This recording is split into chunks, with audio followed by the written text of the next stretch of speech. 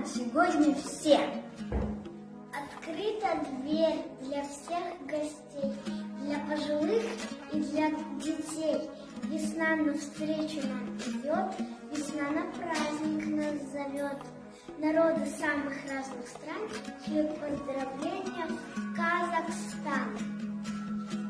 Наурыз шаттық әніміз, салтанатты сәніміз, ән салып жастарымыз, бейбілік бәріміз. Наурыз — начало года, так считает наш народ, и обычаи народа людям все передает. Праздник радостно встречаем, мы в стране своей родной. Всех субботу поздравляю с Наурызом и весной.